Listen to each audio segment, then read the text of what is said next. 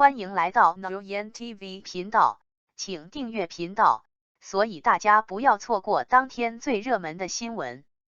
我们今天的时事通讯包括以下内容：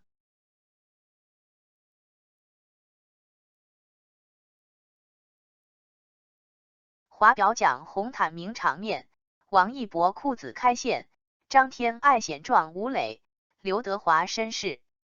第18届、第19届中国电影华表奖终于来了，400多位中国电影人都齐聚一堂，现场星光闪耀，整个活动非常热闹。关注度最高的红毯环节，包括后场、后台全都看点颇多。夺冠剧组多人来袭，彭昱畅这次造型比较大胆，内搭似乎是真空上阵，可惜整个看起来状态不佳，一笑起来就暴露牙齿发黄，胡子拉碴还泛着白光。邓超在后场时和彭昱畅碰见，也忍不住问他是不是沾上粉底，还上手直接摸了一下。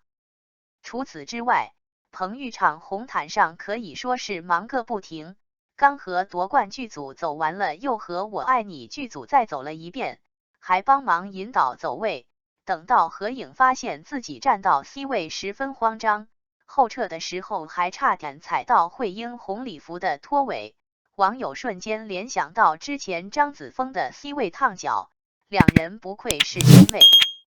邓超确实不愧是社牛，中国乒乓剧组出席，大家都在邓超的带动下排队跑步前进和观众击掌，现场气氛也是非常活跃，欢呼声不断。流浪地球剧组登场时，刘德华真的非常温暖，各种细节都很暖心。一开始停下脚步示意后面的人往前，之后吴京给他递签字笔，刘德华双手去接。拍照的时候也一直让李雪健老师往中间站，签名环节刘德华往角落写，给其他人留位置。吴京也签在整个板子的下方，似乎是想要给穿着裙子的女明星们留位置，都很绅士了。其实在后场的时候，就是刘德华先发现李雪健老师站在后头，带头让位，其余人也自觉让老师往前走，全都鞠着身子。沈腾、陈飞宇、关晓彤签名让位置。沈腾、陈飞宇两人签名的时候全都蹲下身来，签在最下面，给其他人让位置。关晓彤穿着裙子虽然不是很方便，但也弯下腰来把名字尽量往下签。张天爱、吴磊差点撞上，吴磊一脸蒙圈。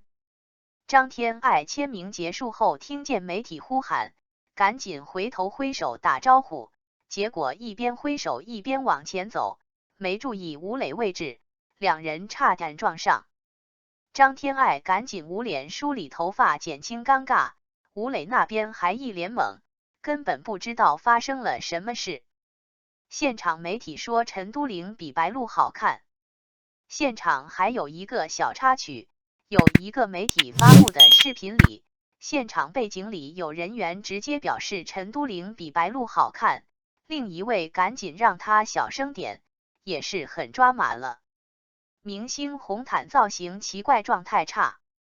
王一博一身黑色西服，和以往活动大差不差，总是想走经典风格就很难给到大家惊喜。再细看王一博状态，脸颊有点肿胀，眼神飘忽，整个人非常紧绷，手握拳似乎很紧张的样子。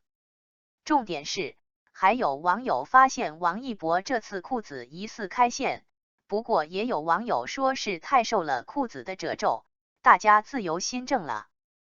易烊千玺身穿黑色中山装，脸部状态也很一般，不知道是不是角度问题，右半边脸鼓起来，法令纹也很明显，面中还有各种坑。王俊凯的问题是有点长胖了，脸明显看起来圆润了不少，眼角眼下发青，看起来十分疲惫，只能说各位还非常年轻，要注意休息呀。乔欣似乎也长胖了不少，小 V 脸直接变成小圆脸，口红色响和亮片裙进行搭配，但也太素了，显得没气色。娄艺潇这次出席状态很差，下半张脸又肿又长，法令纹遮都遮不住，超级明显，眼部看起来也很疲惫。不少网友直呼认不出来了。张小斐的造型妆没画好，很寡淡，蓝色的裙子和眼下眼影并不搭配，再加上没有配饰，整体很单调，粉丝也都在骂造型不合格。后台休息、聊天互动，各种同框。在后台候场期间，有媒体碰到秦海璐华戴着口罩握着手机，脑袋直接靠在椅子背上，就这样睡着了。现场声音还不小，看来是真的很疲惫了。后台有人休息，也有人积极社交。吴京和任达华在后台聊天，结果谢霆锋刚好到场，两人刚见面就热情拥抱，能看出来关系很好了。后续聊完要分开，两人更是难舍难分。吴京刚撤几步，谢霆锋又赶紧往前跑几步，多想多说几句。在华表奖后台上演奔跑式聊天，两人中间仿佛隔了一条银河。之后吴京还现场帮老婆追星，谢楠晒出一张吴京与刘德华的合影，配文谢谢吴记者的华表直击。照片中几人面对镜头比耶，吴京的表情略显搞怪，两人简直太甜蜜了。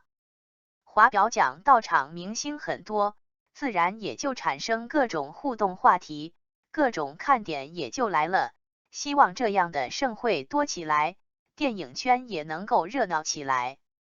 老板电器的产品主要分为三大品类，第一品类是以吸油烟机、燃气灶为代表的烟灶销产品，第二品类是以蒸烤一体机、蒸箱、烤箱为代表的电气化烹饪产品群，第三品类只以洗碗机、燃气热水器、净水器为代表的水厨电产品群，其余的还有集成灶和其他小家电收入。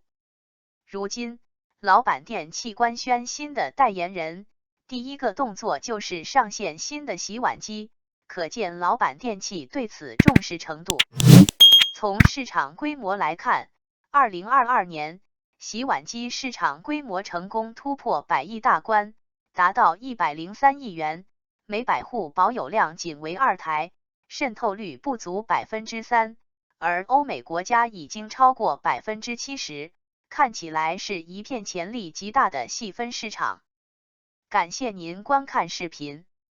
如果您觉得本时事通讯有用，请不要忘记点赞、评论和订阅。祝您生活愉快，充满活力。再见。